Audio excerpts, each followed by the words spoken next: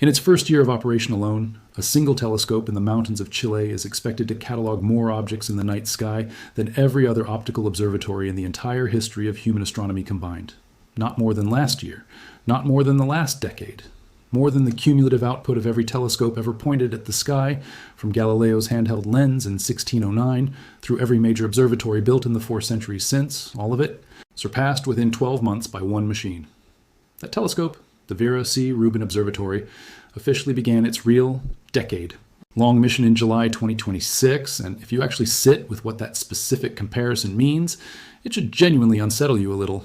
Not because anything dangerous is out there, because it means that for the entire history of human civilization, we have been looking up at a sky we barely understood, and one telescope just switched on capable of showing us, in a matter of months, how much we were actually missing this entire time. This is the real story of what Vera Rubin actually started, why the sheer scale of it carries a genuine kind of vertigo once you understand the numbers, and what NASA and NSF researchers themselves have said about just how much of the universe has apparently been sitting there, invisible to us the whole time. I'm your host, and this is your channel.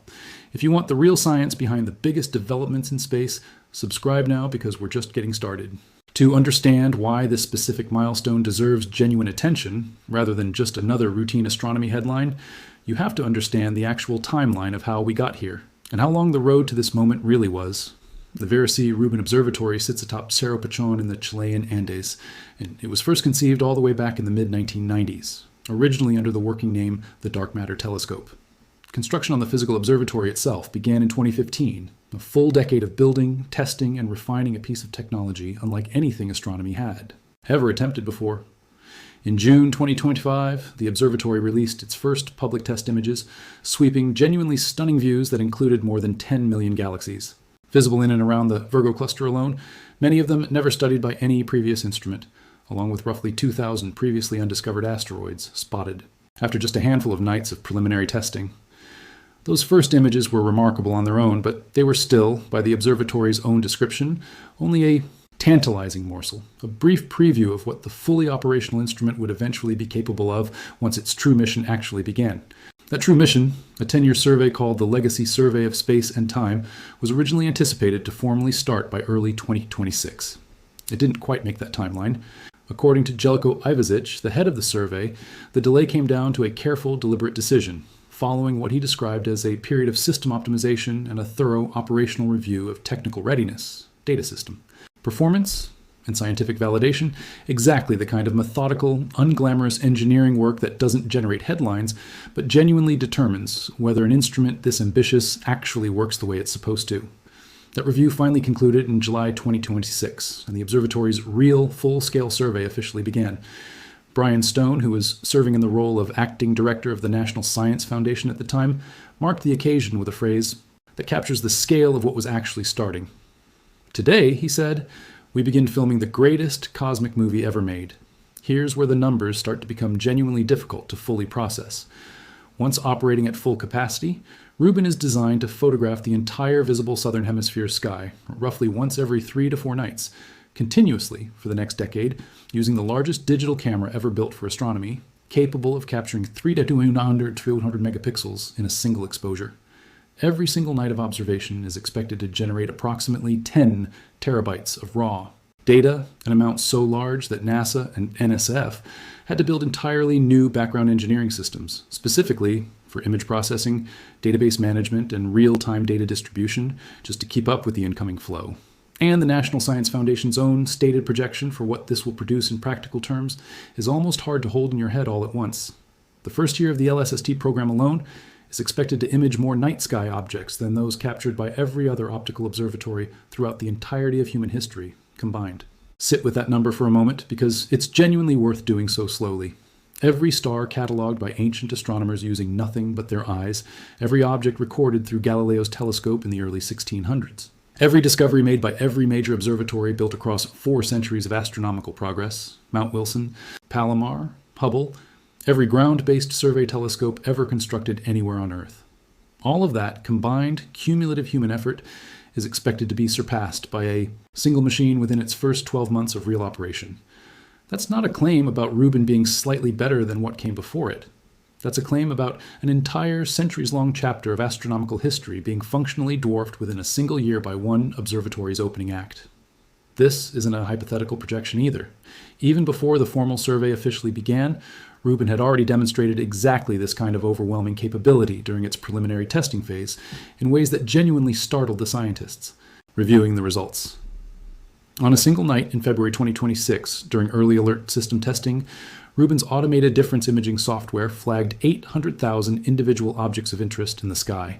In one night, each one representing something that had changed, moved, or appeared since the telescope's last look at that same patch of sky. Live Science, reporting on the event, described the response from the scientific community using a single word, revolutionary, and that number 800,000 alerts in one night was still just an early operational test. Once the fully mature system reaches its complete, sustained nightly cadence across the entire survey, current projections put the ceiling at somewhere between 7 and 10 million alerts every single clear night, repeated, essentially, for the next 10 years straight. What makes all of this genuinely worth sitting with, rather than simply admiring as an impressive engineering statistic, is what it even implies about how much of the actual physical universe has been sitting there this entire time, completely unnoticed, simply because no instrument existed with the combination of speed, sensitivity, and coverage necessary to catch it. Rubin's own early data has already offered a direct, concrete preview of exactly this. In its first 7 nights of preliminary observations, astronomers led by Sarah Greenstreet, who heads Rubin's Solar System Science Collaboration Working Group on Near-Earth, and interstellar objects identified an asteroid designated 2025 MN45, roughly the size of 8 football fields, rotating once every 1.88 minutes, the fastest confirmed rotation rate ever recorded for any asteroid larger than 500 meters wide. That specific rotation speed sits right at the edge of what physicists call the spin barrier, the theoretical threshold beyond which centrifugal force should cause a loosely bound rubble pile asteroid to simply fly apart. This object had apparently been spinning at nearly that breaking point the entire time, completely undetected, until Rubin happened to look in exactly the right direction with exactly the right sensitivity to catch it.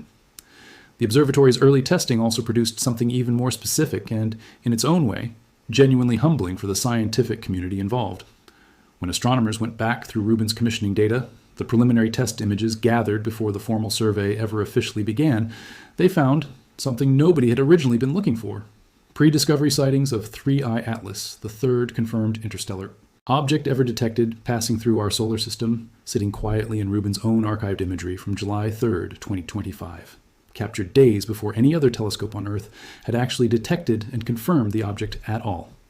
A research team led by Colin Orion Chandler had to develop entirely custom analysis techniques just to properly process this retroactive discovery, because Rubin's dedicated pipeline for tracking rapidly moving solar system objects wasn't even fully operational yet at the time those images were originally captured. In other words, Rubin had already photographed a piece of interstellar material passing through our solar system before humanity officially knew it was there, and that fact only became apparent months later when researchers finally went back and checked.